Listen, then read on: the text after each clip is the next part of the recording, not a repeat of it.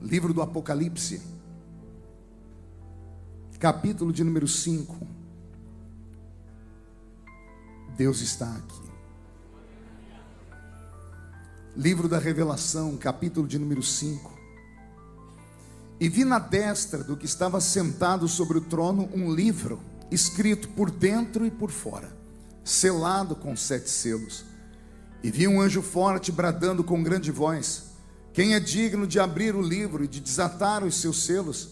E ninguém no céu, nem na terra, nem debaixo da terra, podia abrir o livro e nem olhar para ele. E eu chorava muito, porque ninguém fora achado digno de abrir o livro, nem de o ler, nem de olhar para ele. E disse-me um dos anciãos: não chores, eis aqui o leão da tribo de Judá, a raiz de Davi, que venceu para abrir o livro e desatar os seus 7 selos. E a igreja diz amém. Feche a Bíblia, coloque no banco, na cadeira, e pegue na mão da pessoa mais perfumada do seu lado. Eu tentei bonito, não deu certo. Perfumado deve ter alguém. Agora aperte a mão dessa criatura com carinho até ela falar aleluia. Pentecostal que não faz barulho, está com defeito de fabricação, não é? Vamos orar. Senhor, mais uma vez nós oramos, mais uma vez pedimos permissão para entrar na sua presença. Antes que eu comece a revelar os seus segredos, eu lhe faço alguns pedidos. Cerque esta igreja com a sua presença, e num raio de 5 quilômetros, onde houver um demônio alojado, eu dou a esses demônios segundos para sumir, porque se não sumirem, serão queimados pelo poder da sua glória que aqui será derramada. Rasgue os céus sobre esta linda igreja nesta noite. Manda anjos de fogo descerem aqui, que estes anjos desçam trazendo brasas de fogo nas mãos, comecem a esparramar estas brasas entre nós. E onde houver um crente cheio do Espírito Santo, pega ele nesta noite, Jesus, e mostra o caminho da verdadeira e poderosa adoração. Fala conosco, fica conosco, é o que eu te peço agora e sempre. E toda a igreja diz: os que podem, tomem o seu assento, dando a Jesus uma linda salva de palmas, porque Ele é bom, porque Ele é maravilhoso e merece. Missões moram dentro do coração de Deus, e o sonho de Deus é transferir o sentimento que Ele tem por missões para dentro do nosso coração. Eu passei 5 dias na terra de Israel, depois fomos para a Polônia, em Varsóvia, depois passei pela Suíça, em Genebra, e depois fomos para a Itália. E em todos esses lugares eu ministrei a palavra do Senhor. E eu voltei de lá tão perturbado que eu me desconheci, porque eu vi coisas que nenhum ser humano deveria ter na vida a oportunidade de ver. Nós fomos para Israel a convite do próprio governo. Imagine vocês, um governo de uma nação, implorar para que instituições que amem Israel enviassem representantes do mundo inteiro para terem uma palestra com o primeiro-ministro de Israel, Benjamin Netanyahu, e com o ministro das Relações Exteriores, Israel Krantz. Por quê? Porque a nação de Israel vive hoje oprimida, e oprimida pela ONU, oprimida por esse mundo globalizado, e os grandes tubarões de Wall Street mandam nesse mundo, e eles são progressistas, e eles enxergam Israel exatamente como a Bíblia diz que o anticristo enxergaria, como uma pedra de tropeço. E aí o mundo inteiro assistiu, no dia 7 de outubro do ano passado, 3.000 terroristas do Hamas invadirem Israel. E não foi guerra, porque guerra é entre soldados. Quando homens armados entram dentro de uma nação e matam aleatoriamente qualquer um que cruza o seu caminho, de cadeirantes a bebês recém-nascidos, e tira suas vidas de maneira vil, indigna, truculenta, isso não pode ser chamado de guerra. Eu tive acesso a vídeos que somente Israel tem, porque eles foram para o confronto e, prendendo terroristas do Hamas, conseguiram tirar deles câmeras, porque hoje, nesse mundo moderno, os terroristas faziam questão de matar e filmar como eles estavam matando, a forma como estavam praticando os crimes. Coisas, como eu disse no início, nenhum ser humano deveria ver isso. Israel nos chamou lá porque, mesmo depois de terem sido atacados por um povo que não quer paz, por um povo que não quer um Estado livre, que não quer um Estado palestino, não, eles querem a extinção do povo hebreu. É o espírito de Faraó, é o espírito de Amaleque, é o espírito de Amã, é o espírito de Herodes, é o espírito de Hitler, todos eles incorporados dentro de um grupo chamado Hamas. Mas não é só o Hamas que atormenta Israel lá no norte, lá no sul. Lá no norte tem o Hezbollah, amparados pela Síria e pelo Líbano. E vindo para cá eu fiquei muito preocupado, porque um amigo meu que mora em Israel mandou uma nota pedindo oração, porque o Irã ameaçou invadir Israel a qualquer momento. Todas as embaixadas de alguns países que fazem parte do conglomerado do Oriente Médio, do mundo árabe, estão fechando as suas embaixadas. Estamos na iminência de uma terceira guerra mundial e ninguém se apercebe disso. E o mais interessado em uma terceira guerra mundial é o diabo. Porque se houver uma terceira guerra mundial com essas armas de aniquilação em massa que temos, milhões de almas serão extirpadas desse planeta rumo ao inferno. Porque no mundo descristianizado, anote esta palavra, que eu vou falar dela daqui a pouco, no mundo que está sendo descristianizado, o cristianismo está falindo em muitas nações. Na Europa não pode mais nem se falar direito do cristianismo. O país, por exemplo, que deu para todos nós missionários como John Wesley, lá na Inglaterra de John Wesley, de 200 anos atrás, hoje tem o prefeito, a maior autoridade da grande cidade de Londres, um muçulmano. E paralelo a Londres, mais 9 cidades, as mais importantes da Inglaterra, com prefeitos muçulmanos. A Europa está toda islamizada por causa da falência do cristianismo. Passei pela Polônia, chorei com um missionário que encontrei lá. A Polônia tem menos de 0,5% da sua população de evangélicos. 0,32% da Polônia são de pessoas que conhecem Jesus como nós conhecemos aqui. Eu estou falando de uma nação inteira que, se Jesus voltar agora, permanecerá nesse mundo porque não conhecem a verdade. Então, quando eu caminho por esse mundo, eu chego, por exemplo, na Suíça, terra de Calvino, tirando o ranço do calvinismo, mas o pensamento do grande conservador, do grande reformador. Um país que, para você ter ideia, não tem nenhuma cidade com o nome de santo, pela influência de Calvino. Hoje, mais da metade daquele país é ateu. Vou repetir, 500 anos depois da reforma, o país é quase que na sua totalidade de ateus. E passando pelas ruas de Milão, você encontra templos com características cristãs, mas você chega perto para ver o nome da igreja e está lá, templo luciferiano. Templos satanistas. E quem conhece a Bíblia sabe que Paulo pregou em Milão. O grande apóstolo das missões esteve lá, evangelizou aquele lugar, levou sinais, prodígios e maravilhas. E o tempo passou. E esses países estão morrendo sem Deus. Que nesta noite, o sentimento de missões que está no coração de Deus invada a sua alma uma vez mais. Que esse sentimento egoísta que a igreja brasileira tem de ser apenas uma igreja achando que o mundo gira em torno do nosso umbigo. Então Israel busca hoje socorro das nações. O ministro disse, quando eu estou na ONU, nos bastidores, todos os chefes de Estado, todos os ministros chegam nele e dizem assim: continue defendendo o seu povo, você tem o nosso apoio. Mas quando vão para o microfone, mudam o discurso e dão um discurso politicamente correto. Israel tem que lutar pela paz, tem que parar os ataques. E aí eles mostraram para nós fotos de armamentos, uma sala dentro de um hospital com mais de 20, 30 mil metralhadoras. Eles quebram o Tratado de Genebra e colocam lá dentro dos hospitais, dentro de escolas, os terroristas, exatamente para Israel, quando detectar, não poder atacar. E quando Israel, antes de atacar, manda uma bomba. Israel é o único país do mundo que, antes de atacar, ele manda uma bomba no ar. E eles já entendem disso, que é para o povo saber: olha, daqui tantos minutos vai cair um míssil aqui, dá tempo de tirar todo mundo que está aqui. Os terroristas não deixam ninguém sair. Por isso eles dizem que tem mais de 13 mil crianças assassinadas. Eles fazem isso de propósito, para que o mundo tenha ranço de Israel, para que o mundo odeie Israel. A guerra do Armagedon vai ser assim, quando o mundo todo vai se voltar contra aquela nação. E vai ser nesse exato momento que o céu vai se abrir em duas partes. O arrebatamento já aconteceu nesta hora, e nós vamos estar voltando com o Senhor. Vai se cumprir a profecia de Judas, versículo 14.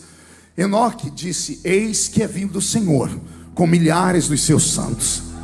E antes de Israel ser aniquilado, Jesus pisará no Monte das Oliveiras. E o Monte das Oliveiras se fenderá em duas partes, e eu e você estaremos com ele, de vestes brancas. E a Bíblia diz que naquele dia ninguém vai precisar levantar nenhuma arma, porque pelo sopro da sua boca ele aniquilará todas as nações do mundo que querem destruir Israel. Israel vive, e a igreja precisa orar por Israel. Posso ouvir um grito de glória a Deus daquele tamanho aqui? Olhe para o seu irmão e diga: não é tempo de brincar, é tempo de trabalhar. Amém? Respire fundo e vamos fazer uma viagem nessa noite. Uma viagem só de ida para dentro do coração de Deus. Quem me acompanha nessa viagem? Roberto, mude a música para mim. A Bíblia Sagrada é esse livro fantástico. É um livro, na falta de palavras a gente diz um livro mágico. Não é mágico, é um livro espiritual. Para interpretar esse livro não é nada fácil. Às vezes eu encontro amigos que têm formaturas de teologia como eu tenho 5 formaturas, doutorado, e às vezes a gente começa a debater, quando cai a ficha eu começo a rir, e começa a dizer: nós somos um bando de otários, né? Quem é que pode dizer que é teólogo? Teo, Deus, logo, estudo. Quem é o homem que pode dizer assim: eu sou mestre no estudo sobre Deus? Quem é o homem que pode dizer: eu conheço tudo sobre Deus? Quem é o homem que pode dizer assim: eu conheço a Bíblia e sei interpretar ela, versículo por versículo, da primeira página à última? Seria muita pretensão de uma raça tão inferior tentar captar o entendimento de uma mente tão prodigiosa como a mente do Eterno. Por que é que você acha que a Bíblia é o livro mais vendido do mundo? Porque não é um livro comum. Uma vez num debate alguém me perguntou: você acredita mesmo num livro que tem mais de 40 autores? Eu disse: é difícil acreditar num livro que tem mais de 40 autores, porque cada autor tem um pensamento. A pessoa sorriu para mim e disse: então você acredita na Bíblia, você está se contradizendo. Eu disse: opa, vamos lá. Eu acredito na Bíblia exatamente porque ela não tem mais de 40 autores. Ele disse: como não? Eu disse: não, a Bíblia tem mais de 40 escritores. Autor é um só. E ele está aqui nessa noite. E é só ele que pode revelar e interpretar esses textos para nós. O livro do Apocalipse é aquele livro de cabeceira de cama que dá medo nos crentes até hoje. Eu me lembro, novo convertido, querendo conhecer tudo e um pouco mais. O apelido que eu ganhei foi de Santo Agostinho. Santo Agostinho era chamado de santo católico, que era muito curioso. E eu, muito curioso, ia para as reuniões e só ficava perguntando. Então meu apelido era Santo Agostinho. E eu me lembro que um dia chamei o irmão Laíde Gomes, um presbítero da nossa igreja, para ele ir na minha casa me ensinar a Bíblia. Ele chegou na minha casa e disse: o que você quer aprender? Eu logo falei: quero aprender o Apocalipse. E ele abriu o Apocalipse capítulo 14, capítulo 13, e ele leu, mas com aquela voz carregada. Era de noite, a minha casa era muito pobre, a gente iluminava a casa com a lamparina. E ele começou a dizer: e vai vir um monstro sobre a terra, a besta que emerge do mar, a besta da terra. Ela terá 7 cabeças e 10 chifres. Ela terá boca de leão, pé de urso, corpo de leopardo. E eu fui ficando imaginando esse trem. Ele terminou de ler, deu umas explicações. Naquela noite eu não consegui dormir com a luz apagada. Minha mãe falou: o que te deu, menino? Eu falei: a mãe, a besta. Ela falou: você é que é besta, né? Mas era a palavra daquele velho. Depois disso eu compreendi que ele, por falta de cultura bíblica, não estava interpretando o texto correto. Então fui tentar estudar escatologia bíblica e entendi que o livro do Apocalipse não é um livro para que nós tenhamos medo dele. Pelo contrário, é um livro de esperança. O Apocalipse, diferente do que as pessoas pensam, não fala só do amanhã, ele fala do ontem. O Apocalipse é um resumo do passado, do presente e do futuro. Está no início do capítulo 1, capítulo 1, 2 e 3, você vai ver Jesus falando com João: tudo que você ver, escrevem no livro, as coisas que eram, passado, as coisas que são, presente, as coisas que hão de acontecer no futuro. O Apocalipse, então, é um resumo ou uma mescla do passado anterior ao de João, do tempo presente em que João escreveu o Apocalipse e de um futuro que ainda não terminou, mas em breve vai acontecer. Então, estudar o livro do Apocalipse é um desafio para qualquer pessoa, e cada texto tem uma interpretação. Ele tem interpretação histórica, ele tem interpretação política, geopolítica, ele tem uma interpretação pessoal, ele tem uma interpretação escatológica. Por isso a Bíblia é esse livro que a gente não enjoa dele. Eu li a Bíblia mais de 30 vezes, de capa a capa, e de vez em quando eu abro um texto e falei, meu Deus, como é que eu nunca vi isso aqui? Porque o Espírito Santo, de vez em quando, ele faz um texto saltar nos nossos olhos e ele revela a palavra. Por isso, a palavra nunca volta vazia. Por isso, a palavra de Deus se renova. E ela renova o nosso coração a cada manhã. Posso ouvir mais um glória a Deus à igreja? Então, Apocalipse capítulo 5, nós temos uma das histórias mais belas da Bíblia, que é a história do apóstolo João, o velho João. Não confunda o João apóstolo com o João profeta. O João profeta é aquele que terminou com a sua cabeça arrancada, colocada em uma bandeja de prata, a pedido de uma jovem dançarina que queria chamar a atenção do rei. Esse João apóstolo é aquele que recebeu uma nomenclatura mais linda. A Bíblia diz que ele era o discípulo a quem Jesus, não ouvi, a quem Jesus amava. Foi esse João que escreveu o Apocalipse. Interessante é que, estudando a história da igreja, você vai descobrir que todos os apóstolos, com exceção de João, tiveram morte trágica. Alguns foram crucificados de cabeça para baixo, alguns foram esfolados vivos, arrastados por cavalos pelas ruas, outros foram espancados, amarrados dentro de sacos e jogados ao mar para terminar o seu flagelo, afogados. Outros receberam coronhadas de machados que tinham em uma ponta como se fosse uma espécie de picareta, furaram o seu cérebro, o seu crânio. Com exceção de João, todos morreram de forma martirizada. Não é que João fosse melhor do que eles, é que a história diz que o velho João, ele também teve uma sina diferenciada.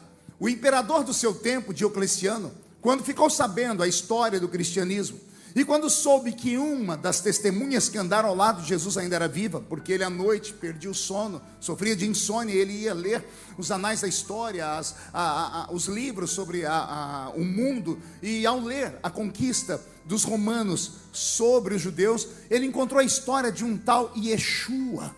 E esse Yeshua fazia sinais, prodígios e maravilhas. Algumas histórias dele estavam narradas, literalmente suas falas, e ele se empolgou e mandou chamar então esse último que havia caminhado ao lado de Jesus, que era João, apóstolo. E quando ele chamou João, ele não chamou João para condená-lo, nem para brigar com ele, ele chamou para beber da sabedoria de João. E quando você ouve o Evangelho mexe com o seu coração. E aprove aquele homem sentir aquilo que nós sentimos quando encontramos Jesus pela primeira vez. O problema era permanecer ao lado de Jesus, porque ele deveria deixar de lado a idolatria, os seus costumes romanos. Lembrando que Roma era a civilização mais cruel de toda a história, a crueldade estava dentro dos imperadores. E o evangelho, quando ele é pregado com muita veemência, ele provoca duas coisas: ou uma conversão genuína, ou um ódio mortal em quem ouve. E aconteceu exatamente o segundo ponto. Diocleciano ficou odiando o cristianismo. E ele odiou aquele velho por ter falado verdades e colocado o dedo nas suas feridas. E então ele deu a esse velho uma ordem, dizendo: você tem que negar esse seu Yeshua. E João disse: não vou negar Yeshua. Ele disse: então você vai morrer. A tradição diz que João disse: a morte não é minha inimiga, a morte é minha amiga. A morte é uma carruagem que me levará na presença do meu amigo, de quem eu tenho tanta saudade. O imperador deu a João um prazo para se arrepender e o trancou dentro de uma masmorra. E nesse período, enquanto ele está pensando, esse imperador chamou os seus asseclas, os seus súditos, e disse: eu preciso criar uma forma para matar esse homem, caso ele me humilhe diante do povo, não queira negar o seu Cristo. E eu quero uma forma diferenciada, como os romanos criaram o azorrague, aquele chicote de tiras, como eles criaram a cruz de Santo André, a cruz de São Pedro, cruzes diferentes, uma de pé, outra para baixo, outra em forma de X. Os romanos eram mestres em criar formas para matar pessoas de maneira cruel. Criaram uma forma para matar o velho João: um tacho de azeite fervendo. E colocaram um tacho de azeite fervendo dentro da sala do imperador. No dia do julgamento final, lá entra o velho João, no auge dos seus 90 anos de idade. E ali o imperador, olhando para o velho, dá a ele a ordenança: vai negar o seu Cristo ou não? E o velho João diz: não vou. E o imperador disse: então morte a você.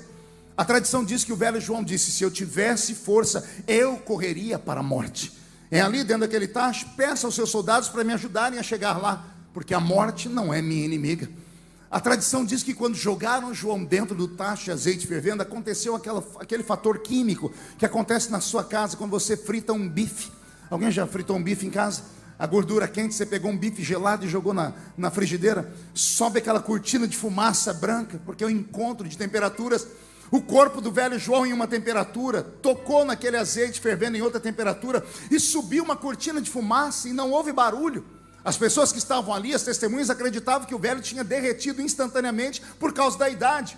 Mas quando a cortina de fumaça se desfaz, está o velho João deitado dentro da banheira. A primeira sessão de hidratação de pele da história. O primeiro spa da história foi João que inaugurou. E o imperador de pé pergunta: por que esse azeite não te queima? E João tem gritado: é que o azeite que está dentro de mim é mais quente do que o azeite que está aqui do lado de fora. Por conta disso, condenaram João à morte. Mas não a morte física, uma morte no esquecimento. E mandaram ele para a ilha de Patmos. E eu não tenho tempo para contar toda a história da ilha de Patmos, mas quando João está lá na ilha de Patmos, no auge dos seus 90 anos, sendo colocado na beira da praia, o velho sabe que é uma ilha se fecha em um círculo, ou seja, não tem para onde fugir. Para a esquerda não tem saída, para a direita não tem saída, para trás tem um mar fechado, e para frente uma ilha cheia de bestas feras, bandidos condenados. E o velho está ali, e mesmo assim não perde a fé. E ele vai dar um ensinamento para nós que somos crentes modernos. Quando você estiver no meio de uma pressão muito violenta, e a porta se fechar para a esquerda, para a direita, para frente, para trás, acredite, uma porta no céu vai se abrir. O velho caiu de joelhos no chão, e ele ouviu uma voz por detrás dele, e é ele quem conta: e eu virei para ver quem era. E quando eu virei para ver quem era, ao invés de João falar, eu vi Jesus, ele desenha Jesus. E ele diz: eu olhei para ele e o vi, os seus olhos eram como tochas de fogo, os seus pés como latão reluzente que saíra da fornalha, o seu corpo vestido com um linho branco, e um cinturão de ouro traçando o seu peito, os seus cabelos eram brancos como a lã branca, e da sua boca uma espada aguda de 2 fios, que em forma de barulho disse assim: João, sobe para cá, João. E João saiu daquela ilha e foi às pairagens eternas. Isso aqui é uma outra coisa que só crente espiritual acredita. Ele foi erguido ao céu, mas não com o corpo físico. O Senhor escondeu o corpo de João naquela ilha, e o espírito de João foi arrebatado até o céu. E quando ele chegou lá, a primeira ordem que ele recebeu é até engraçada quando você conhece a história. Porque antes de Jesus mostrar qualquer coisa para ele, olha o que o Senhor diz: tudo que você vê, escreve em um livro. Por que Jesus mandou ele escrever? Pergunte a mim, por quê, pastor? No Novo Testamento só tem 2 que foram no céu e voltaram para contar a história. Um era pastor e o outro era evangelista. Olha a diferença do pastor para o evangelista. O pastor, quando ele tem alguma coisa de revelação, ele pensa 2, 3, 4, às vezes 10 vezes para contar, e às vezes nem conta, porque ele tem o princípio de tomar cuidado, porque tem pessoas que não vão acreditar. O evangelista, coitado, fala sem pensar. Jesus levou primeiro um pastor, que era Paulo. E Paulo foi, viu o céu. E o dia que Paulo marcou a reunião, ele falou: tem um segredo para contar do céu. A igreja entupiu de gente. E quando ele viu aquele povo tudo com fome, com expectativa e curiosidade, olha o que Paulo vai dizer: eu conheço um homem, que se no corpo não sei, se fora do corpo também não sei. Foi até o 3º céu, e chegando lá, ele ouviu coisas inefáveis. E o povo está assim: conta. E ele diz que não é lícito aos homens contar. Pode imaginar a frustração da igreja? Paulo guardou só para ele o que ele ouviu lá. Era pastor tem cuidado. Aí Jesus disse: eu trouxe um pastor, não deu certo, vou trazer um evangelista agora. João, e antes que você dê desculpa, tudo que você vê, escreve em um livro. E eu vou te mostrar as coisas que são, as que eram, e as que um dia hão de acontecer. Aqui temos um outro problema, que só a história vai revelar para nós. Pergunte qual? João não sabia ler nem escrever. João era sócio do apóstolo Pedro. Eles eram pescadores, pessoas de família humilde. Todas as encíclicas de Pedro que estão na nossa Bíblia, aquele que estuda sabe, não saíram da mão de Pedro, saíram da boca dele. Quem escreveu foram seus discípulos. O Evangelho de Marcos, por exemplo, saiu da boca de Pedro. Pedro apenas ditou e Marcos escreveu, porque eram homens iletrados. Pastor, o senhor tem prova disso? Capítulo 4 e 5 do livro de Atos dos Apóstolos, quando ouviram Pedro pregar e aqueles homens orar, alguém gritou: porventura não são esses homens iletrados? Como é que eles falam com tanta fluência acerca do conhecimento da palavra? Porque Pedro, sem saber ler e escrever, recitou de cor textos do livro do profeta Joel, por exemplo. Ele estava debaixo de uma inspiração e o Espírito Santo revelando a ele. Porque as pessoas sabiam que um homem como eles, que eram analfabetos, não podiam fazer isso. Então João tem 90 anos, ele tem toda a visão, ele vai aprender a ler e escrever quando ele sai daquela ilha. No alto dos seus 90 anos de idade, ele é obrigado a aprender a ler e escrever. Ele é alfabetizado com 90 anos de idade. Você está compreendendo isso? Para você que diz que a sua vida acabou, que o seu ministério terminou, que você já está velho, que você já está aposentando a sua chuteira, o ministério de João com 90 anos ainda estava pulsante e cheio de Deus. Aprendeu a ler e escrever e foi participar como pastor presidente da igreja de Éfeso, a igreja mais poderosa da história. A igreja que salvou a igreja de Jerusalém, quando todos os irmãos venderam todos os bens e depositaram aos pés de Pedro. Jesus não veio, acabou o dinheiro, o povo começou a passar fome. Quem sustentou a igreja de Jerusalém foi a igreja de Éfeso, que tinha como pastor o apóstolo João. Olha que coisa bela a história bíblica. E é lá que João escreve todas as coisas que ele viu e ouviu. Posso ouvir um amém até aqui? Mas voltando para a ilha. Na ilha, a Bíblia diz que João foi até o céu, porque o Senhor disse: sobe para cá.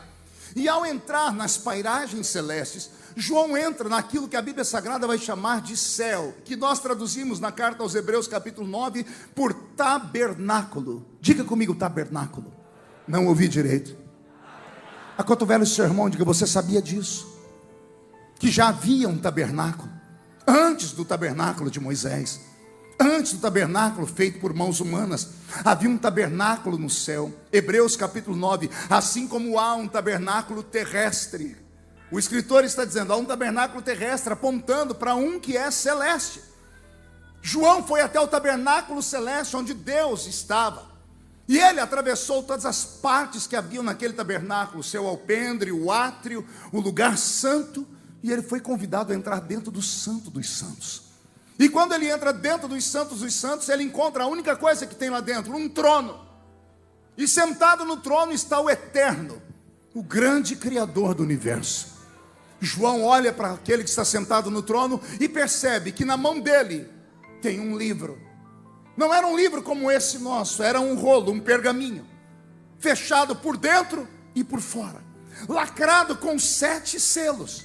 E a Bíblia diz que quando João olhou aquele livro e viu o livro lacrado por dentro e por fora, entrou alguém gritando: ninguém na terra, nem debaixo dela, nem em cima dela foi encontrado digno de olhar para o livro, de desatar os seus selos e de ler o que está escrito nele. E a Bíblia diz que aconteceu algo interessante. A Bíblia diz que João chorava muito. Foi a primeira e a última vez que o céu conheceu lágrimas. Nunca mais ninguém chorou no céu, e nunca mais ninguém irá chorar no céu. O choro de João naquele momento dentro do céu fez o coração de Deus tremer, e Deus criou uma lei e disse: quando alguém vier morar aqui, eu enxugarei dos vossos olhos todas as suas lágrimas, porque lá não é lugar de pranto e de choro. A pergunta que fica é: por que é que João chorava? Se ele estava no céu, se ele viu Deus, e se ele viu um livro fechado por dentro e por fora, a resposta é simples. Ele está chorando porque alguém gritou: ninguém pode abrir o livro, não pode ler o livro. E aí vem a pergunta de quem estuda a Bíblia. Quem já leu capítulos 5, 6 e 7 do Apocalipse, sabe que quando aquele livro foi aberto, cada um dos seus selos despencou sobre a terra uma praga, uma maldição, algo terrível. Vocês já devem ter estudado sobre isso, os 7 selos do Apocalipse, os 4 cavaleiros do Apocalipse, as 7 trombetas. Cada um desses acontecimentos é um flagelo sobre a terra. Então eu faço uma pergunta de cunho inteligente a quem está me ouvindo: Se a abertura daquele livro traria para a terra toda sorte de desgraça e maldição, não seria melhor o livro ficar fechado? Sim ou não? Porque ao abrir o livro, despencou sobre a terra todas as sortes de maldições e pragas. Então era melhor o livro estar fechado. E alguém gritou dizendo: esse livro não será aberto nunca, porque não foi encontrado ninguém digno de abrir o livro, nem de ler o livro, e nem de desatar os seus selos. Era para João ter dado um grito de glória a Deus, dizendo: amém, a terra não será destruída, não terá doenças, não terá morte, não terá guerras. Mas acontece o efeito contrário. A Bíblia diz que João chorava, e ele não só chorava, ele chorava muito. Esse chorar muito tem o mesmo sentido da palavra de Moisés, quando ele estava na frente do Mar Vermelho, de joelhos. A Bíblia diz que Moisés clamava. Na Bíblia mais antiga, no original da Septuaginta, diz que Moisés clamava com grande clangor. O que é clangor? É desespero. O choro muito de João no Apocalipse é igual o grito de Moisés lá nesse texto que eu citei para vocês. Era algo de desespero, era desesperador. Mas se o livro só fala de maldição, por que João chorava? Foi aí que eu busquei em Deus o entendimento. E por isso eu disse para vocês no início que os textos do Apocalipse não podem ser interpretados apenas de um ponto de vista. Eu descobri, por exemplo, que o livro do capítulo 5 do Apocalipse não é apenas um livro de maldições, tem um outro olhar para ele, tem um outro prisma. Esse livro é o livro mais lindo já escrito no universo. Primeiro, porque não foi escrito por mãos humanas, foi escrito por aquele que está sentado no trono. Segundo, porque eu descobri o que está escrito naquele livro. E terceiro, eu descobri o significado do livro. E então eu chorei junto com João, porque só vai entender o choro dele quem entende o que é aquele livro. O livro do capítulo 5 do Apocalipse, para quem estuda teologia alta, ele tem um nome pomposo, garboso. O nome do livro é Livro da Redenção da Humanidade. Bonito o nome, não é? Mas a gente é da roça, não entende essa linguagem comprida. Então eu vou dar para vocês o apelido do livro, para ver se você se alegra. O livro da redenção da humanidade também é chamado de livro da vida. Começou a melhorar, a ficha está começando a cair. Vou falar de novo. O livro da redenção da humanidade também é chamado de livro da vida. E o que é que está escrito no livro da vida? Ninguém sabe. Não, Roberto, abaixa a música. Eu acho que a sua música está atrapalhando a mente deles. Eles não estão entendendo. Vou perguntar de novo. O que é que está escrito no livro da vida? Uma irmã gritou, eu vi ela falar. Ela tem certeza. O que está escrito no livro da vida? O seu nome. Não te alcancei, vou falar de novo. Está escrito no livro da vida o seu nome e o nome da sua família. Pastor, mas a minha família não foi salva ainda. Mas há uma promessa: crê no Senhor Jesus e será salvo tu e a tua casa. O livro da vida é o livro mais lindo e mais importante já escrito no universo. Eu sou capaz de dizer para vocês, no meu pensamento, a tinta que foi usada para escrever aquele livro, a cor é vermelha, porque foi escrita com sangue derramado na cruz do Calvário. Quem tem o nome escrito no livro da vida não pode ficar o culto inteiro me olhando com essa cara feia, parecendo que foi batizado num pote de vinagre. Achou que eu não ia falar? Quem tem o nome escrito no livro da vida não pode vir para uma reunião como essa e ficar com esse olho seco, parecendo olho de sapo que morreu no dia de enchente, e ficar com essa boca travada, essa boca de aço, essa língua de ferro, esse queixo de concreto. Deixa eu saber quem tem o nome escrito no livro da vida aqui. Então, por favor, reage, o seu nome está escrito lá. E por que é que João chorava, pastor? Porque o livro da vida, ele é um testamento. Ele é o que, igreja? O que é um testamento? É um documento que tem fé pública. E para ter fé pública, ele tem que ser narrado por alguém que tenha bens, que antes de morrer encontra pessoas para quem ele vai doar os seus bens. E tem que ter fé pública, porque tem que ser um advogado, alguém que tenha fé diante da população, diante da sociedade, ou um escrivão de alto gabarito. Então a pessoa que tem um bem, antes de passar dessa vida para outra, ela diz assim: eu quero deixar a minha casa para minha esposa, o carro para o meu filho, o meu sítio para o meu sobrinho. E todos os bens têm que ser comprovados através de ata notorial. As pessoas têm que ter prova de que aqueles bens existem. E uma vez que é comprovado que os bens existem, as pessoas que são testemunhas, as pessoas de fé pública assinam junto com a pessoa que está atestando, e esse documento é guardado a 7 chaves em um grande cofre, e ele só pode ser aberto quando o testador morrer. O testamento estava na mão de Deus. O meu nome, o seu nome, os herdeiros estão lá. Na frente do seu nome está escrito qual é o seu prêmio: vida eterna. Você não entendeu? Vou falar de novo. Na frente do seu nome está escrito: vai viver para sempre ao lado do Senhor, vai reinar com o rei, vai governar com o rei, reis e sacerdotes do Deus eterno. Tem alguém que tem essa esperança aqui? Eu também tenho. Só que esse testamento que estava lá na mão de Deus, ele estava lacrado. Aí entrou alguém do Ministério Público, um defensor público do céu, entrou gritando: excelência, ninguém pode abrir esse livro, ninguém pode quebrar os selos e nem ler o que está escrito aí. No céu Deus não pergunta, Ele só ordena. E alguém deve ter perguntado: por quê? E ele gritou lá dentro: porque ninguém na terra, nem debaixo dela que já morreu, nem em cima dela que não veio ao mundo ainda, ninguém nascido hoje, nascido ontem, ou que nascerá no futuro, pode olhar esse livro, nem abrir o livro, nem desatar os seus selos. Por quê? Porque a herança que está lá dentro, não existe ser humano que pode dar. Por quê? Porque todos pecaram e destituídos estão da glória de Deus.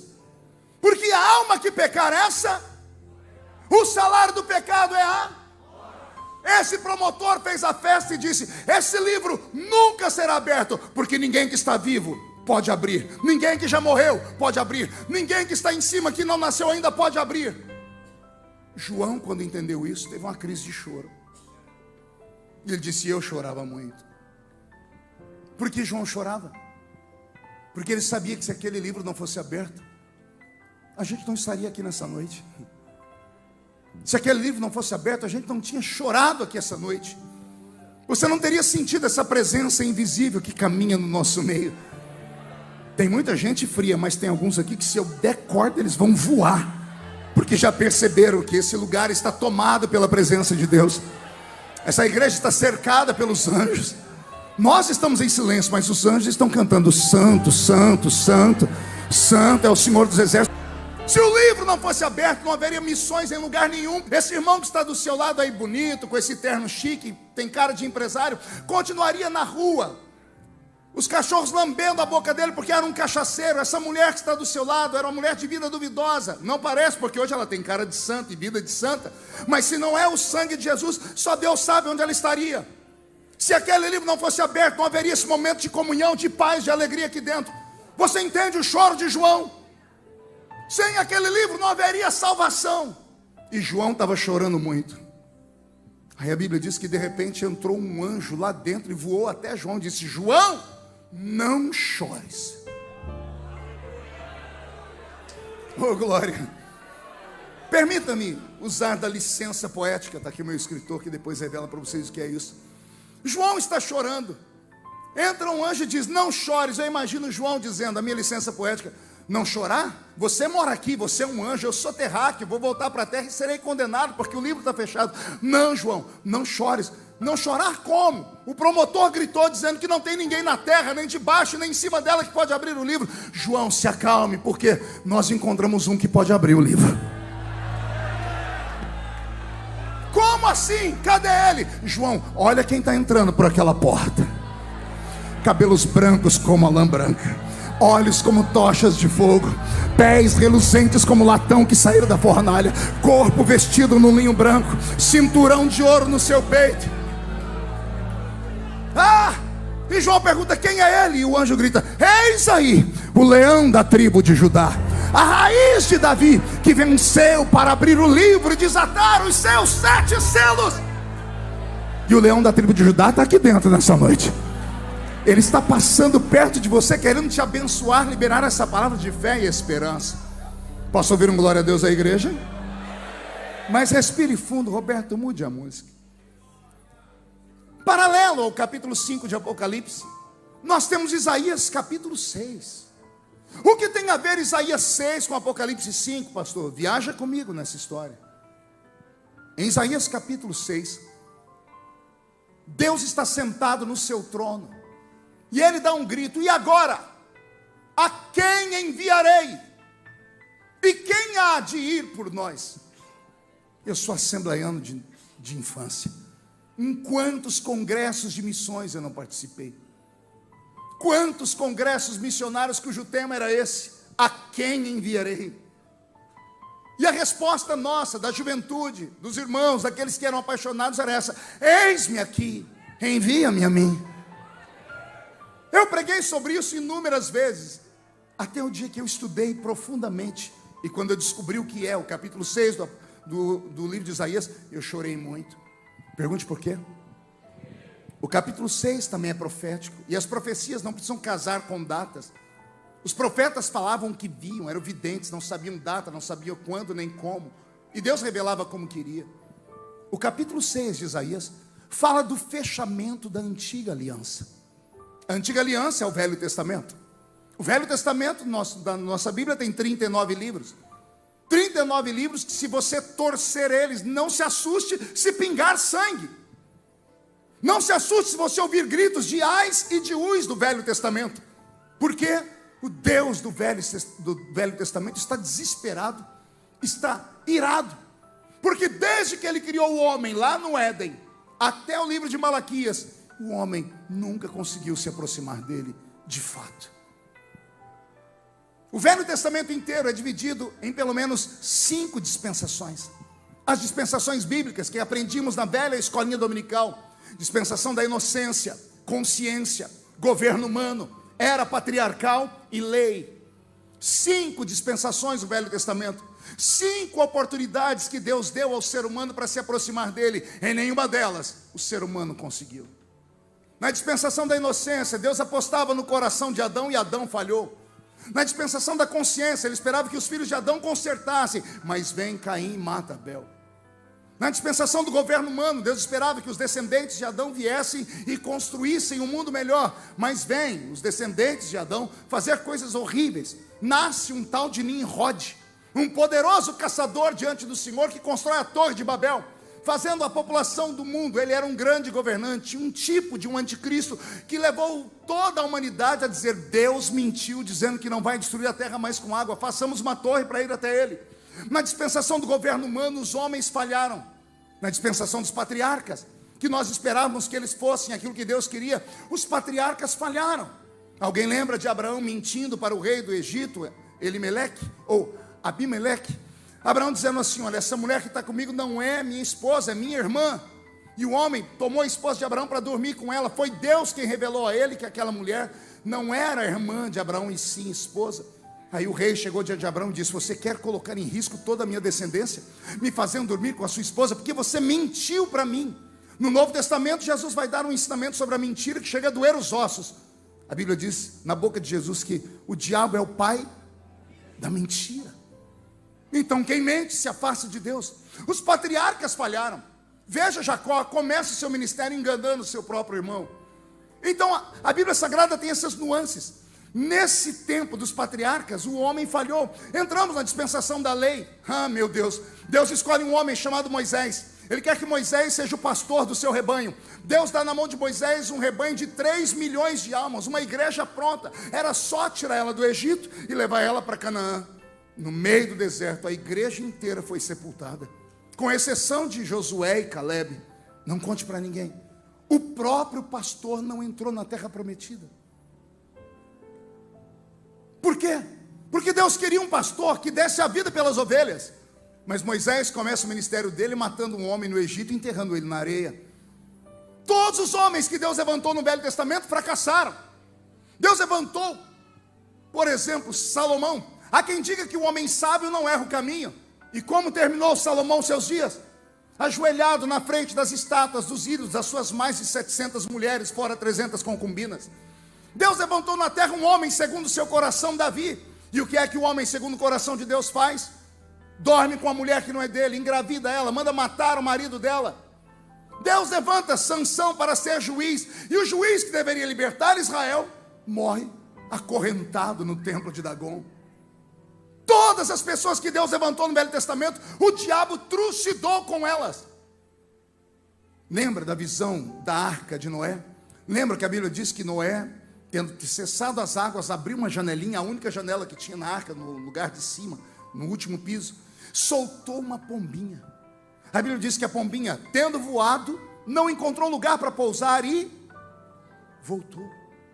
Depois ele soltou a pombinha de novo. Ela foi, demorou mais um tempo e voltou carregando no bico um raminho de oliveira. E depois ele soltou a pombinha, ela não voltou mais. Isso não está escrito na Bíblia apenas como uma historinha para ser contada para criança. Era Deus revelando o futuro. Era Deus dizendo: teve um dia que eu saí do céu e fui à terra. Eu tentei pousar nos corações, mas ninguém me aceitou. Como ninguém me aceitou, eu voltei para dentro do céu, voltei para a arca. Depois eu tive um vislumbre e saí de novo. Tentei pousar nos corações, mas também não encontrei pouso. E voltei carregando no bico um raminho de oliveira. Alguém lembra de Jesus? No Monte das Oliveiras, sendo espremido. É ele retornando ao céu com a marca da oliveira. E depois Noé abre a janela e sai uma pombinha. A pombinha vai e não voltou mais para ele. O Espírito Santo, que saiu há 2000 anos do céu, não voltou para lá ainda, porque está aqui dentro dessa igreja nessa noite. Olha como a Bíblia Sagrada é linda, e ela se encaixa perfeitamente.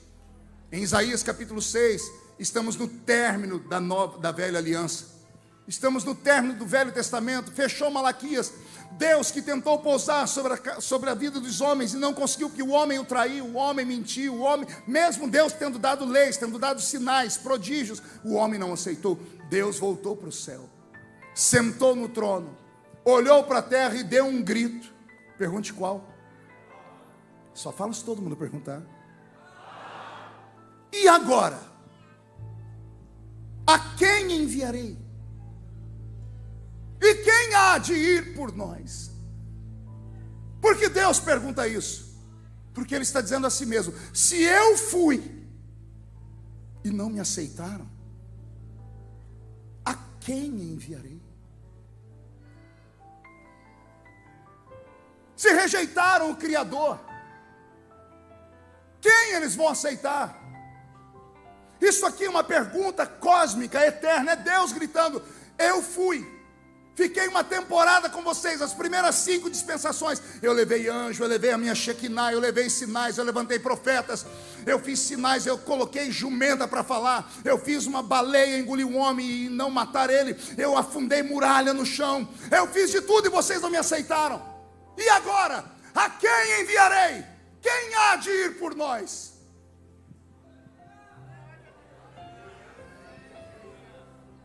Transporte esse texto lá para Apocalipse 5. Deus acabou de gritar: e agora a quem enviarei? E lá no Apocalipse 5 vem um promotor gritando: ninguém! Porque nem na terra, nem debaixo dela, e nem em cima dela foi encontrado alguém digno. O homem está perdido para sempre. Não haverá mais paz, não haverá mais esperança. E quando tudo parecia estar perdido, à direita de Deus Pai se levanta um ancião de dias, que olha para o Pai e diz: Pai, eis-me aqui.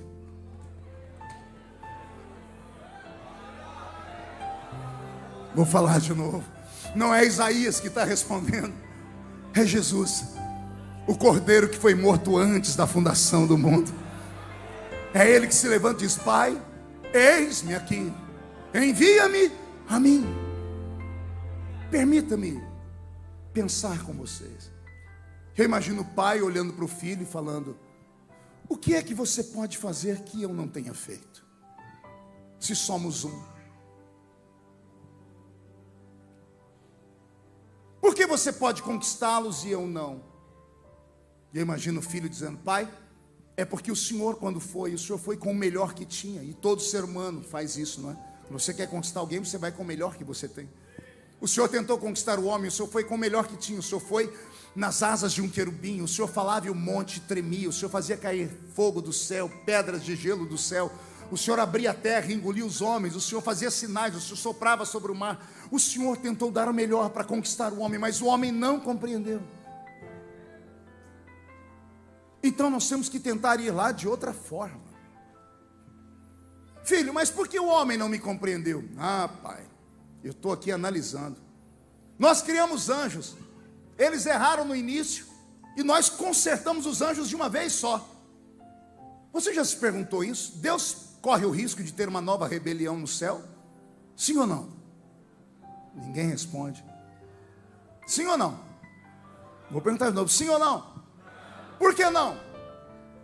Porque os anjos não têm mais livre-arbítrio. Deus os santificou no seu caráter. Os que pecaram, pecaram. Nunca mais vai haver pecado lá. Porque Deus conseguiu consertá-los. Porque eles são seres cósmicos, translúcidos, transcendentais, metafísicos. Aí Deus criou os animais racionais. Não deu a eles poder de escolha. Então os animais são chamados de animais irracionais. Porque eles não pensam. Então eles não têm poder de escolha. Eles vivem por instinto.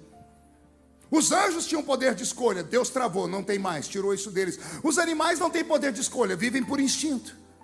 Aí Deus olhou os anjos, os animais, e disse: são bonitinhos, mas tinha que ter uma coisa melhor do que eles. Aí Deus criou o homem. E aí a Bíblia diz como Deus criou o homem: vou fazer o homem à minha imagem e à minha semelhança. Olha que coisa linda, vou falar de novo. Deus diz: vou fazer o homem conforme a minha imagem e conforme a minha semelhança. O homem vai ser parecido comigo. Por isso o ser humano é arredio, não tem quem controle o ser humano. O ser humano é um ser intutelável. Para compreender um homem, Jesus teve que fazer um malabarismo, dizendo: pai, eu preciso ir lá, não como o Senhor foi, porque só tem um jeito de entender essa raça. Qual é o jeito, filho? É a gente ser um como eles são. Filho, desculpa, eu não entendi. Pai, para entender o homem, a gente tem que ser homem também. Mas como você vai fazer isso? E aqui está o maior milagre da Bíblia Sagrada. O escritor da Bíblia diz: e ele, mesmo sendo Deus, não teve por usurpação ser igual a Deus. Antes, aniquilou a sua forma divina e desceu entre nós. Vou falar de novo: desceu entre nós e se fez carne. Pergunte para o seu irmão: por que ele fez isso? Pergunte para mim: por que, pregador? Penso eu no diálogo entre Deus Pai e Deus Filho. Filho, o que você pode fazer que eu não posso? Pai, eu quero convencê-los de que dá para nascer lá e morar aqui. Mas de que forma? Se eles são intransigentes, se são assim, eles me negam, eles parece que me odeiam. Pai, eu posso explicar para o senhor por que eles te odeiam? Pode, filho. Pai, eu vou escolher aleatoriamente qualquer lugar da terra. E Jesus apertando um botãozinho aqui no globo e puxando uma imagem. Pai, está vendo esse menino? Sim. O que o senhor está vendo? Estou vendo uma criança. Como ela é, pai? Só tem barriga. A perna é 2 caniços. O nariz está escorrendo, não tem dente. Só tem barriga, porque é doentinho. Pai, por que o pai desse menino está chorando? Porque ele não tem comida, filho. Pai, quando o ser humano não come, que nome damos a isso? Fome, meu filho. Pai, o que é a fome?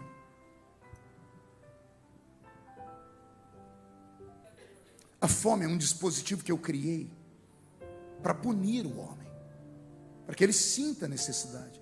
Pai, tecnicamente está tudo certo, mas o que sente uma pessoa que tem fome? Não sei, filho, por quê? É por isso, pai, que nós nunca vamos entender eles. Nós nunca sentimos fome. Só tem um jeito de entender eles, porque eles nos negaram. É passar fome junto com eles.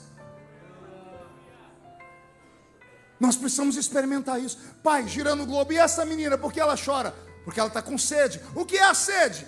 A sede, meu filho, é um dispositivo que eu criei para limitar a vida do homem, porque 70% do corpo dele é feito de água. Ele não bebe água para viver, mas para sobreviver. Pai, tecnicamente está perfeito, mas o que sente uma pessoa que não tem água para beber no meio do calor? E Deus se cala. E Jesus disse: é por isso que a mãe da menina está falando que o Senhor não existe, porque o Senhor não mandou água para ela. Só tem um jeito de entender o que essa mãe está sentindo: é a gente sentir sede também. Por que aquele homem está chorando naquela cama, pai? Porque ele tem um câncer, meu filho. E o que é um câncer? É uma doença, é um limite que eu coloquei na vida do ser humano. Pois bem, pai, o que o câncer provoca? Dor. Pai, o que é a dor? O que é a dor? E o pai dizendo: é um dispositivo que eu criei. Pai, tecnicamente está certo, mas nós nunca sentimos dor. Nunca vamos entender porque eles estão rejeitando a gente. Só tem um jeito de entender essa raça, meu pai. E qual é, filho? A gente tem que se transformar num deles. Mas é arriscado demais. Eu quero tentar. Mas se você for lá com a sua natureza divina, com a sua bondade, eles vão fazer maldade com você. Eu vou tentar lutar e suportar. E a Bíblia Sagrada diz que lá vem Jesus. Há 2.000 anos atrás, tinha uma jovenzinha dentro do quarto, arrumando a malinha dela, estava sendo desposada. Ela tinha entre 13 e 14 anos, ia casar com um viúvo, um senhor já de idade. Ela está arrumando as roupas dela, de repente o quarto dela é iluminado. Ela olha para trás para ver o que é. Tem um homem de branco dentro do quarto dela. Antes dela ter um infarto no miocárdio, um homem se apresenta e diz: bendita sejas tu entre as mulheres. E ela diz: vejo que você não é de Israel, porque o judeu não diz bendita sejas tu, o judeu diz Shalom Adonai. Ela diz: eu não sou de Israel, na verdade eu não sou nem da terra, eu sou do céu. O meu nome é Gabriel, e eu assisto diante do trono de Deus. E você foi escolhida para dar a luz ao Filho de Deus, porque o ente querido que vai nascer de você, ele vai salvar a humanidade toda. Oh glória! E ela fala para ele: mas eu sou virgem, eu sou pura, eu não conheci homem nenhum. E ele diz: fique tranquila, porque Deus já resolveu esse problema. Nesta noite, o Espírito Santo descerá sobre ti, e você ficará cheia do Espírito Santo, e você ficará grávida do Salvador da humanidade. E não é que Maria ficou grávida naquela noite? E não é que 9 meses depois, ela estava pronta para dar à luz, e quem vai nascer na terra é o Filho de Deus. Os filhos dos grandes reis têm festa, têm pompa, fazem cantatas, e o Filho do Eterno vai nascer e não tem nenhuma musiquinha. Pois não é que Deus pegou o coral dele do céu e disse: hoje vocês vão cantar na terra. Por quê? Porque meu filho está nascendo lá. E tinha uns pastores daquela madrugada andando, e eles olharam para o céu e viram os anjos cantando: eis que na cidade de Davi nasceu o Salvador da humanidade. Ah, hosanas nas alturas! Eu estou com o meu corpo todo arrepiado. Não é que Jesus está caminhando entre nós aqui nesta noite? Isso é a obra missionária. É Ele deixando tudo para se entregar pela minha vida e pela sua vida. E todos os que estão aqui têm motivo de sobra para dar pelo menos um grito. Você não pode ficar em silêncio nesta reunião mais, porque Ele alcançou a sua vida, alcançou a sua família, vai alcançar toda a sua história. Antes desta terceira guerra mundial, Jesus não vai perder. Vai haver um avivamento nesse planeta Terra.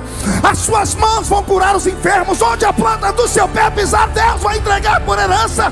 E se alguém acredita nisso agora, por favor, não grita não, dá um berro de glória a Deus dentro dessa igreja.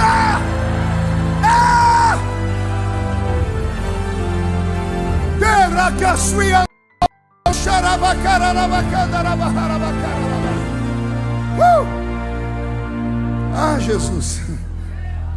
E agora, a quem enviarei? Quem há de ir por nós? E alguém grita: ninguém na terra, nem debaixo dela e nem em cima dela. Como não tem ninguém debaixo nem em cima da terra, nem acima dela, Jesus se levanta lá do lado de Deus e diz: eis-me aqui. Você pode não amá-lo, mas Ele ama você. Você pode não fazer nada por Ele, porque a geração moderna ao entrar numa reunião linda como essa, não querem um culto, querem entretenimento. Você pode não dar atenção a ele, ficar o culto inteiro em silêncio, mas ele queria muito ouvir de você pelo menos uma palavra de gratidão. Pessoas ao redor do mundo dariam qualquer coisa para receber o que você está recebendo nessa noite. E você recebe nessa noite como se estivesse comendo um prato de sopa requentado. E não é isso que ele está te dando, ele está te dando o melhor que a Bíblia Sagrada pode produzir. Ah, pastor, eu entrei aqui em busca de uma palavra de conforto, de esperança. Igreja não é lugar disso. Igreja é lugar de você ser confrontado com a palavra. Se ele fizer um milagre, eu agradeço, mas se eles não fizerem, eu continuo agradecendo a ele. O maior milagre de todos não é o paralítico andar, nem o cego ver. É alguém ouvir assim da voz dele: perdoados estão os teus pecados. E se alguém tiver com seus pecados perdoados, com milagre ou sem milagre, se a trombeta tocar, não tem anjo no céu, não tem demônio no inferno, não tem homem na terra capaz de te segurar. Aliás, se a trombeta tocar agora e dessa igreja só 2 crentes subir, um sou eu, quem é o outro? Vem atrás, deixa eu ver. Então reage, pelo amor de Deus.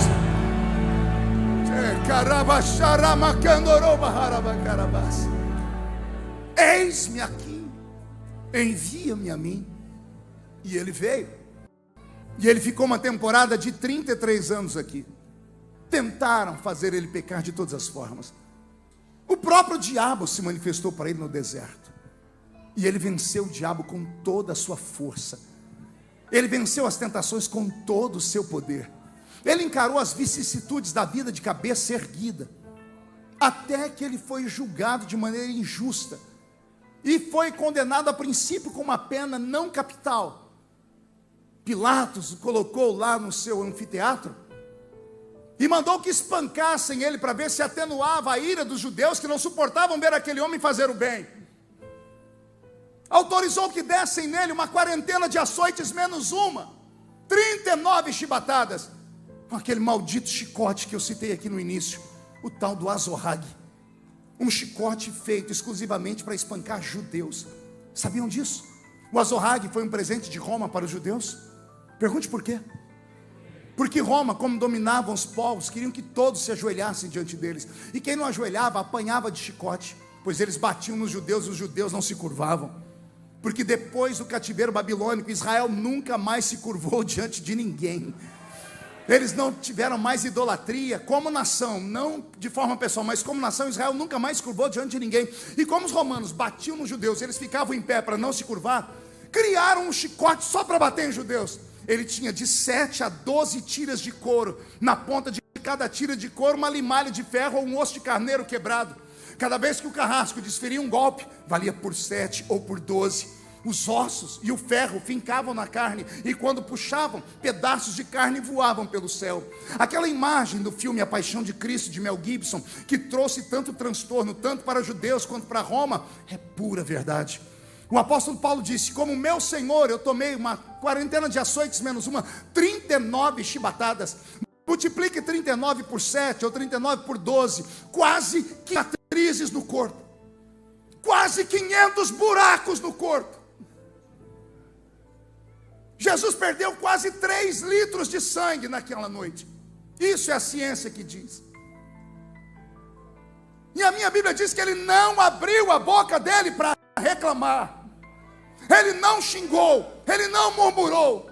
E um dia em oração eu falei: por que o senhor ficou tanto tempo em silêncio? Ele disse: para que vocês pudessem gritar à vontade na minha presença.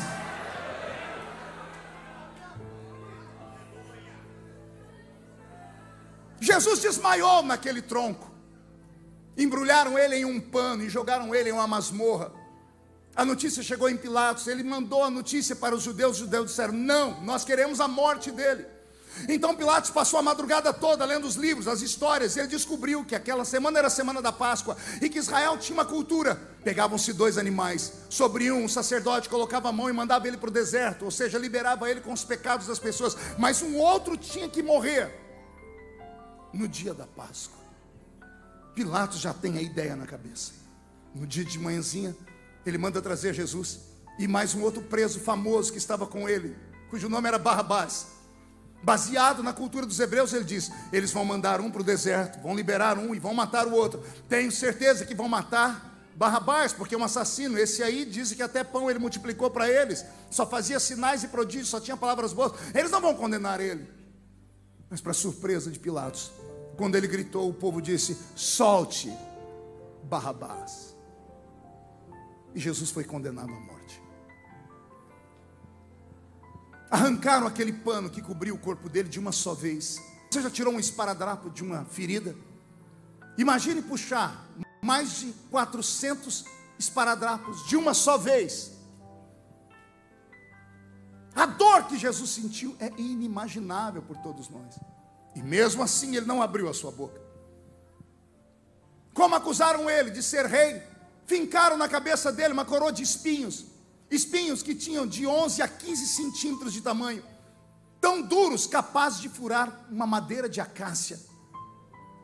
Colocaram na cabeça dele, não se dando por satisfeitos, bateram com uma canaleta até que os cravos fincassem nos seus supercílios, na sua orelha, nas suas orelhas e na sua testa. Deixaram ele seminu, e para um judeu não tinha nada pior do que isso. A morte moral era pior do que uma morte física. Deixaram ele seminu, exposto. Pegaram um patíbulo da cruz, a haste onde os braços eram pregados, e colocaram nas costas dele, e fizeram ele caminhar na via da crucificação.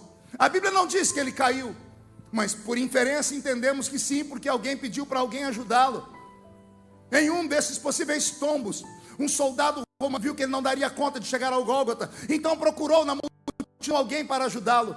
E o soldado foi mesquinho, sabendo que judeus tinham uma cor branca ou caucasiana, ele procurou alguém diferente no meio daquela plateia, e ele achou um homem negro. Não sabia aquele judeu que negros também eram judeus, descendentes de Salomão com a rainha de Sabá.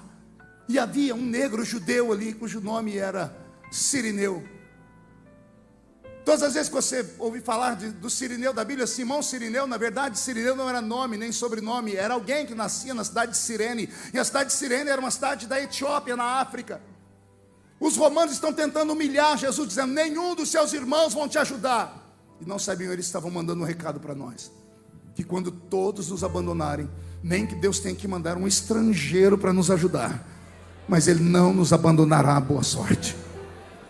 E lá vem Simão Cirineu e ajuda Jesus. Jesus está no alto do Gólgota. Prenderam ele entre dois bandidos. O da esquerda foi possuído pelo demônio, que olhou para Jesus e disse: tu não és o Filho de Deus, desce da cruz e tira a gente daqui também. Essa foi a maior dor que Jesus sentiu, pior do que os pregos, pior do que as chibatadas, porque ele veio morrer por aquele infeliz da esquerda. Ele veio fazer a obra missionária e salvar a alma daquela coisa que estava perdida. E aquela coisa olhou para ele de maneira mesquinha e disse: se você é Deus, tira a gente da cruz. Jesus está com um semblante triste, está sentindo dores na alma. Deus não deixou o julgamento ficar desigual. O Espírito Santo entrou no coração do bandido da direita. O bandido da direita esticou o pescoço, porque Jesus estava no meio, para falar com o outro que tinha acabado de afrontar. Jesus disse: ei, amigo, nós estamos aqui porque merecemos. Esse homem aqui do meio, ele é diferente. Ele não merecia estar aqui. Nessa esticada de pescoço, ele viu que acima da cabeça de Jesus tinha um presente de Pilatos, uma placa escrita em 3 idiomas. Em um dos idiomas, o preso conseguiu ler: Rei dos Judeus. Aí o bandido disse assim: ô rei, aleluia, ô rei. E o rei está triste, cabisbaixo, e o rei começa a escutar de longe: ô rei. Eu imagino Jesus procurando a voz: ô rei. Jesus olha do lado direito e tem alguém chamando ele de rei. Lembra-te de mim, rei, quando entrares no seu reino. E Jesus olha para ele e diz: ainda hoje estarás comigo no paraíso. Aleluia. É dar a vida por alguém que não merecia. Se alguém começar a reconhecer: oh meu Deus, ainda hoje estarás comigo no paraíso. Oh rei, licença poética ao pregador, mas eu não fui batizado nas águas, mas eu não dizimei, eu não consegui pedir perdão para as pessoas que eu ofendi, eu não fui numa igreja. Ainda hoje. Vou falar de novo, isso é para mexer com o seu cérebro. Eu não cumpri nenhum ritual da religião, mas você acreditou em mim como rei. Se você acreditar que Jesus é o rei da sua vida, não tem Zé Pilintra, Zé Pilantra, Exu Caveira, Tranca-Rua, Preto Velho, obra de feitiçaria. Não tem os quintos dos infernos que pode ir contra aquilo que Deus tem sobre a sua vida. Se você crê que Jesus é rei, por favor, reage. Não estou satisfeito. Levante a mão direita para o céu e chacoalhe ela assim. Agarre o ombro dessa criatura que está do seu lado, com carinho e respeito. Tem gente que nem para me obedecer presta, raça ruim. Agarra aí, agarrou? Chacoalha a pessoa até ela ficar irritada. Irrita ela, não, por favor, chacoalha aí, chacoalhou. Diga: Deus te trouxe aqui. Não, mais alto, diga: Deus te trouxe aqui para isso. Sacode a pessoa, sacode, diga: para isso. Deus te trouxe aqui para sacudir a sua salvação nesta noite, para sacudir a sua família, para sacudir os seus filhos. Isso é pregação, esse é o evangelho. Não é pregação de olha, Deus está ali, olha um vento aqui, olha a revelação, número de CPF, RG. Isso aqui não é mensagem de autoajuda, é mensagem de ajuda do alto. Recebe ela.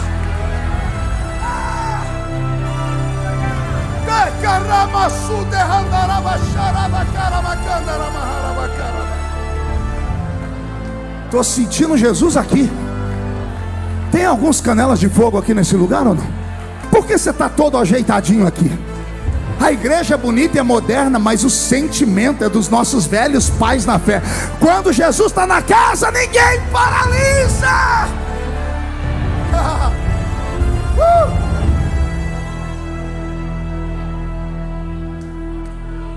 Quando alguém te falar, mataram Jesus. Quando alguém te falar, Deus morreu na cruz, põe o dedo no nariz da pessoa e desminta ela. Se estiver numa aula de filosofia na universidade, alguém citar para você Nietzsche e dizer Deus está morto. Se alguém buscar para você os pensamentos da idade medieval, do iluminismo, onde mataram Deus, diga para eles: o meu Deus não pode morrer, porque Deus que morre não é Deus. Ele é o criador da vida, Ele é o criador da morte. Pastor, mas quem morreu na cruz? Quem morreu na cruz? Yeshua. Mas Yeshua, quando passou por aqui, não era chamado só de Yeshua. Chamavam ele de Jesus Cristo. Na Bíblia diz Jesus, vírgula, o Cristo. Cristo não é sobrenome. Cristo é uma nomenclatura divina, por isso tem um C com letra maiúscula na sua Bíblia. Jesus é o homem. Cristo é o Deus que encarnou. Lembra da profecia de Isaías? Eis que o menino nos nasceu e um filho se nos deu. Quem lembra disso? O menino nasceu. Homem só é homem porque nasce. O filho não nasce, porque o filho é unigênito da eternidade. O menino nasceu, mas um filho se nos deu. O menino é a embalagem, o filho é quem habitava dentro da embalagem. Conseguiu entender isso ou não? Vou te fazer entender melhor. Jesus está na cruz e ele está assim. A morte vem de longe, porque só ela podia arrastar o homem para o outro lado. Vem com a arma dela na mão, um aguilhão. O apóstolo Paulo disse que ela andava com um aguilhão, uma foice. A Bíblia Sagrada diz que o que segura o homem nesse plano é um fio de prata, e essa foice era capaz de cortar o fio de prata. Isso chama-se morte. A morte olhou Jesus de longe, Jesus está assim. Ela achou que podia matar ele. Quando ela chegou perto, ela olhou para dentro de Jesus. O Cristo estava assim. Não entendeu? Vou falar. Jesus estava assim, mas o Cristo estava assim. A carcaça estava assim, mas o espírito estava assim. O salário do pecado é a morte. Ela achou que podia matar ele. Eu imagino Cristo dizendo: cai dentro, vem. E ela bateu a foice. E ao bater a foice quebrou. Isso é loucura, pastor. Carta de Paulo aos Coríntios, capítulo 15. Paulo viu a morte e disse: ó morte, onde está o teu aguilhão, ó morte? Travada foi uma batalha na cruz, e a vitória foi dele, de Jesus. A morte não matou Jesus, ela não pôde levá-lo. Por isso que quando chegou a hora de ir embora, ele disse: Pai, quero acertar as contas aqui, perdoa eles porque eles não sabem o que fazem. João, cuida da minha mãe, que é a única coisa que restou da minha vida. Agora, Pai, resolvi minha vida aqui, é hora de voltar para casa. nas tuas mãos eu entrego. Nas tuas mãos eu entrego. Por quê? Porque ninguém pode tomar, ninguém pode me matar. O salário do pecado é a morte, mas o dom gratuito de Deus é a vida eterna. Se Jesus não desse uma mãozinha, ele estava pendurado na cruz até hoje, porque ele não podia morrer. E por que ele morreu, pastor? Ele fez a obra missionária. Ele olhou para mim e para você, condenado, e disse: Pai, se eles merecem morrer e eu mereço viver, eu vou trocar de lugar com eles. Eu morro para que eles tenham vida, e tenham vida em abundância. Nas tuas mãos eu entrego o meu espírito. E tendo dito isto, ele expirou. Fez assim, ó. E o que saiu de dentro dele? O que é expirar? O último fôlego de vida saiu. Ao expirar, o Cristo que estava dentro de Yeshua saiu. O eterno. O Cristo foi saindo e foi dizendo: fica tranquilo, Yeshua, daqui 3 dias eu volto para te pegar. E a Bíblia diz que, tendo Jesus morrido, ele desceu às partes mais baixas e pregou o evangelho a um cativeiro, e trouxe consigo as almas que haviam sido mortas sem o poder da salvação, que foram aliviados por sangue de animais. Isso aqui é uma outra pregação de umas 2 horas, nós não temos tempo para isso. Depois de 3 dias anunciando o evangelho a essa turma toda, ele resolveu vir ao mundo. E aí é domingo de manhã, Maria Madalena e as outras Marias estão chegando na tumba. Estão chegando lá e tem 2 homens de branco sentados em cima de uma pedra. E eles gritam: por que procurais entre os mortos aquele que vive? Ele não está mais aqui, ele já ressuscitou. Desse dia em diante, ele apareceu para cerca de 500 testemunhas, num período de 40 dias. 500 testemunhas em 40 dias. Marcou o encontro com eles lá em Atos dos Apóstolos, capítulo 1. Vem comigo em Atos do capítulo 1. Ele está ali de frente deles, e ele dá a eles uma oportunidade. Pergunta o que vocês quiserem. Eles estavam tão absortos pela visão que disseram assim: é neste tempo que o Senhor vai livrar Israel da mão dos romanos? Jesus entendeu que eles estavam fora de si. Podendo ter perguntado sobre a eternidade, sobre a vida após a morte, eles perguntaram sobre questões políticas. Eles não estavam entendendo ainda. Aí Jesus disse para eles: olha, sobre essas coisas e o tempo só o meu Deus sabe, só o meu Pai sabe. Ficai em Jerusalém, porque lá eu tenho um encontro com vocês. Vai descer sobre vocês o poder do Espírito Santo. Vocês receberão autoridade para ser minhas testemunhas em Jerusalém, Samaria, Judéia e os confins da terra. E tendo dito isso, a Bíblia diz que ele começou a subir. Ele começou a flutuar. Veio uma nuvem e ocultou Jesus. Estava todo mundo olhando para cima. Se os anjos que estavam lá na tumba, que vieram escoltar Jesus, não descessem, aqueles homens teriam morrido naquele transe. Eles não estavam acreditando, estavam tendo uma visão fora do normal. Eles viram Jesus subir e continuaram olhando para cima. Os anjos desceram, bateram no ombro deles e disseram assim: varões galileus, por que estáis olhando para o céu? Esse mesmo Jesus, que dentre vós foi assunto ao céu, qualquer dia desse, ele vai voltar. Quem me acompanhou até aqui, diga: eu acompanhei. Olha para o seu irmão e diga: solte o cinto. Vamos encerrar. A nuvem levou Jesus para onde, igreja? Qual o céu? O céu atmosférico? O céu cósmico? O céu inacessível da glória de Deus? Então vem comigo para esse céu agora. Temos um problema. Pergunte qual? Ele arrastou um corpo de carne e osso para o céu.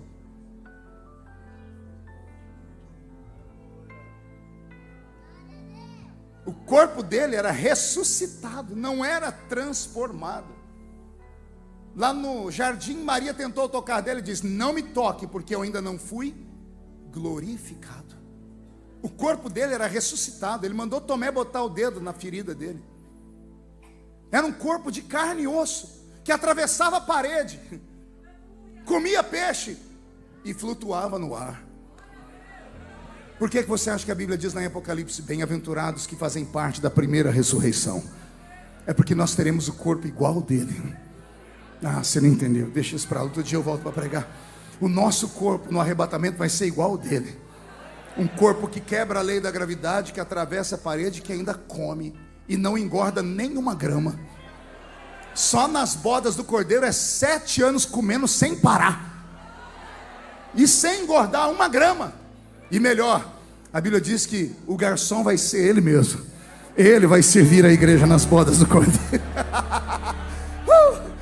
Ah, meu Deus, que coisa linda. Essa é a Bíblia Sagrada. Ele saiu daqui e levou para o céu um corpo de carne e osso. Só tem um segredo, pergunte qual. O corpo não tinha sangue, porque o sangue ele deixou no Gólgota. Ele não podia pegar o sangue de volta, porque o sangue é a aliança que ele fez entre nós.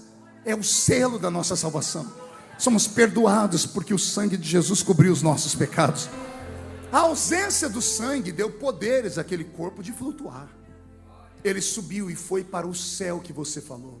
Só que ele chegou no céu, e como o corpo dele é de carne e osso, ele não pode entrar no céu, porque o portão do céu está fechado.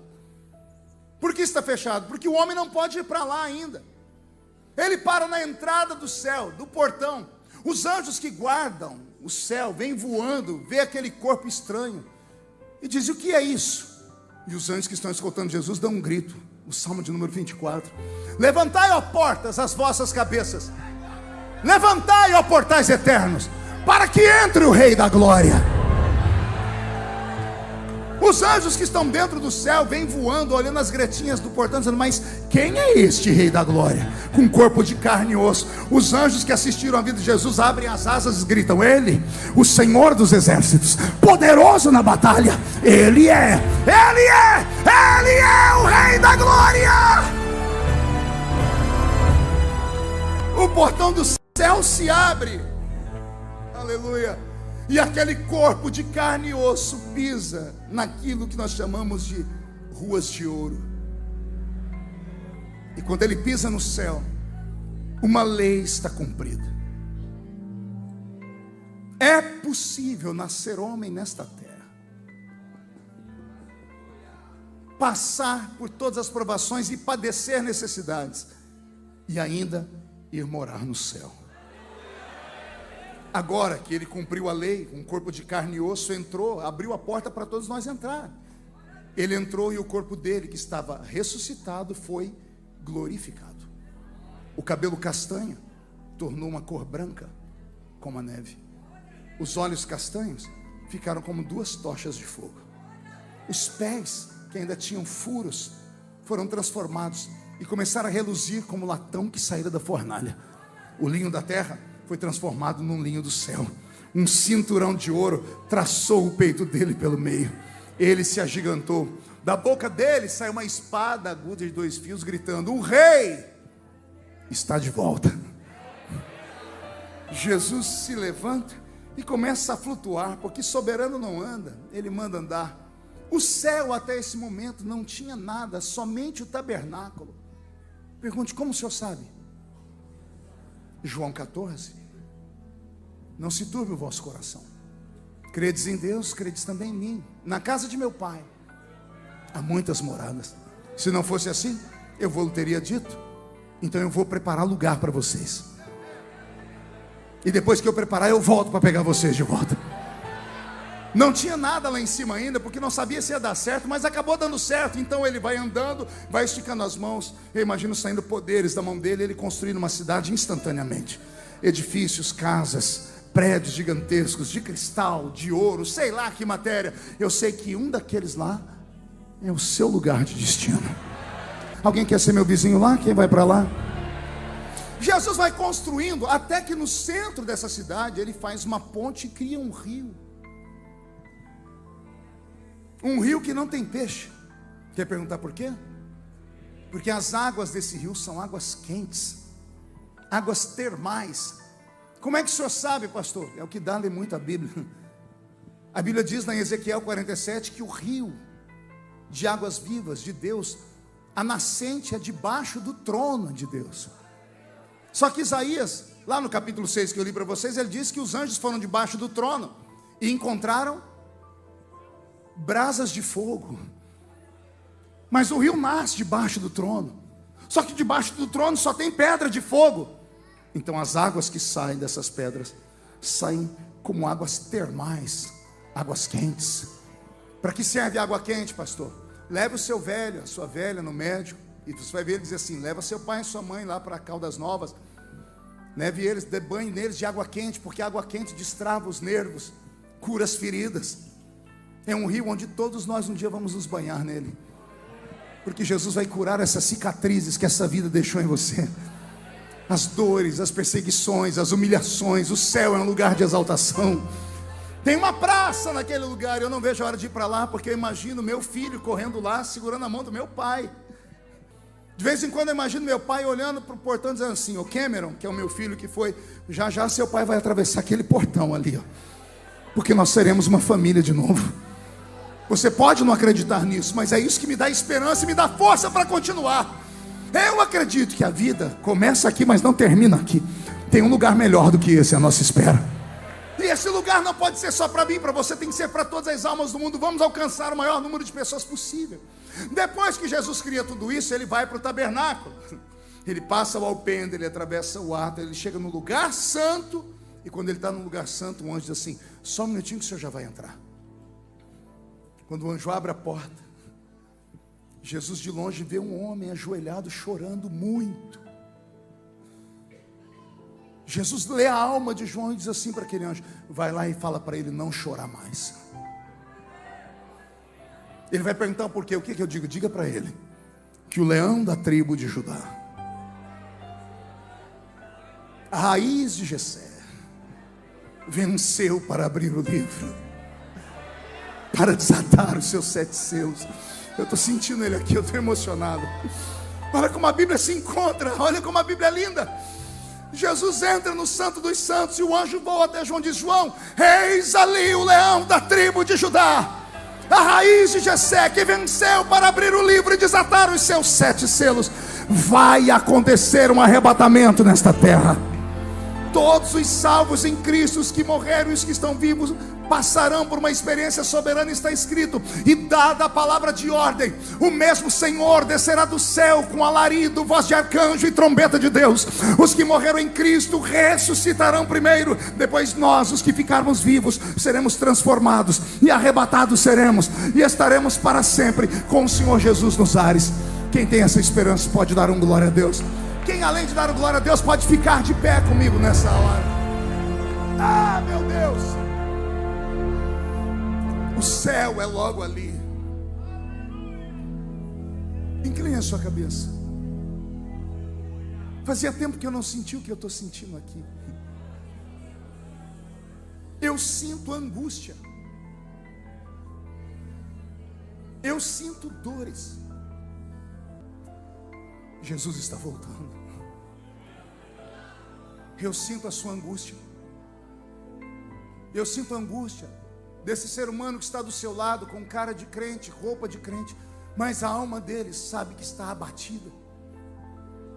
Tem pessoas aqui que quando falamos na volta de Cristo, elas se perturbam,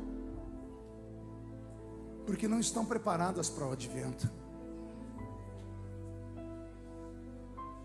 O cantor cantou aqui no início a música das lamparinas, e há um propósito na música. As vestes têm que estar brancas para se encontrar. Incline a sua cabeça. Você está pronto para se encontrar com o seu Deus? Até quando você vai levar uma vida dupla? Até quando você vai jogar a culpa nos outros para falar que a culpa é do pastor, a culpa é daquela igreja, a culpa é daquele homem, daquela mulher, a culpa é daquele que te derrubou, a culpa... Até quando você vai terceirizar a sua salvação? Eu sinto a sua angústia, porque o Espírito Santo está incomodando você, dizendo: volta hoje. Tem 2 tipos de desviados aqui hoje. Tem aqueles que não frequentavam mais igreja, e tem aqueles que frequentam a igreja. Os que frequentam sofrem mais do que aqueles que estão lá fora, porque estão desviados aqui dentro, morreram por dentro, não acreditam em mais nada. A palavra entra por aqui e sai por aqui. Você adotou uma vida com seus pecados de estimação e você não quer abrir mão delas para nada. Você não aceita mais um pastor de terno e gravata como eu pregando a verdade. Você acha que nós estamos nos metendo na sua vida? O inferno é real. Eu assisti o meu velho pai colocar um pé dentro do inferno. Cheguei no quarto dele, ele estava em coma, o rosto de desespero, a boca aberta como querendo gritar por socorro. O corpo dele tremia, os olhos iam de um lado para o outro. O médico disse: ele não pode ver, ele não pode falar, não pode andar, não pode estender as mãos, mas ele sente e ouve. O médico saiu, eu vi o meu pai se contorcer, o rosto dele era um semblante de morte, de dor. Eu falei: doutor, por que ele está assim? Ele disse: ele está indo dessa vida para outra, eu nunca vi alguém desse jeito, ele está desesperado. O médico saiu, eu falei: Deus, o que eu posso fazer? O Senhor disse: prega para ele. Eu fui no ouvido do velho, eu preguei de Gênesis ao Apocalipse. Se você se cansou nessa pregação, achou que ela foi cumprida, você tinha que ter ouvido o que eu falei com ele. Eu fui de Gênesis ao Apocalipse, de Apocalipse fui Gênesis. Eu mostrei para ele o inferno, falei do céu, falei das benesses, e falei: só tem um jeito de sair do lugar que o senhor está indo aí, é entregar a sua vida para Jesus. Eu falei: entregue a sua vida para Jesus, e fiz o apelo. Ele estava em coma, não podia esboçar reação nenhuma. Eu fechei o olho e falei: Senhor, me disse se funcionou, me disse se deu certo. Quando eu abri o olho, escorreu uma lágrima no canto do olho dele. Aquela lágrima foi descendo e o semblante dele foi mudando. Eu chorei, saí para fora do quarto. Um irmão meu que eu conheci naquele dia entrou no quarto e voltou gritando: Marco, o que você fez com o pai? Eu falei: por quê? Não, o pai morreu. Eu falei: não, eu não matei ele. Não, eu quero saber o que você fez com ele, porque olha o rosto dele como está. Eu olhei, o rosto dele estava com um sorriso. Jesus falou para mim: chegou no céu cheirando fumaça, estava com o pé dentro do inferno, mas o poder do sangue de Jesus alcançou o velho ali. Fecha os olhos de novo. Me deixe orar pela sua vida. Volta para Jesus agora. Volta hoje. De que jeito, pastor? Você sabe o caminho, é esse altar aqui, ó. Pastor, mas eu estou na galeria, eu te espero. Pastor, eu estou aqui atrás, eu te espero. Pastor, eu estou no meio da rua, eu te espero. Pastor, eu estou assistindo pela internet, manda uma mensagem aí, deve ter alguém cuidando da mídia social, ela vai ler. Mas não sai daqui sem a sua salvação. Enquanto você pensa se vem ou não. Será que tem alguém no nosso meio que não é evangélico? A sua religião não te fala mais do inferno porque ela não acredita nela, mas o inferno é real, assim como o céu também é. Estamos na iminência de um cataclisma nesse mundo. Jesus está voltando de verdade. Só tem uma maneira do seu coração entrar em paz, e não é ir em centros de feitiçaria como você tem ido. Você deixou em casa a sua mãe depressivo, seu pai na cachaça, seus filhos nas drogas. Você já tentou em todos os lugares, não encontrou paz. Só existe um lugar que tem paz, e você está nele nessa noite. Se você quiser entregar a sua vida para Jesus, eu vou te aguardar aqui para eu orar por você. A igreja de olhos fechados, para não constranger ninguém. Será que tem alguém nessa noite que tenha coragem de sair do seu lugar e vir aqui perto de mim nesse altar? O seu Espírito está entre nós. Somente o seu Espírito convence o homem do pecado, da justiça e do juízo. Em nome de Jesus Cristo, todos os pecados sejam perdoados. Em nome de Jesus Cristo, todos os nomes que estão aqui sejam escritos no livro da vida. Em nome de Jesus Cristo, toda maldição herdada ou adquirida está quebrada. Em nome de Jesus, quem viver depois dessa noite verá o que o Senhor fará nessas vidas. E a igreja que é soberana diz amém.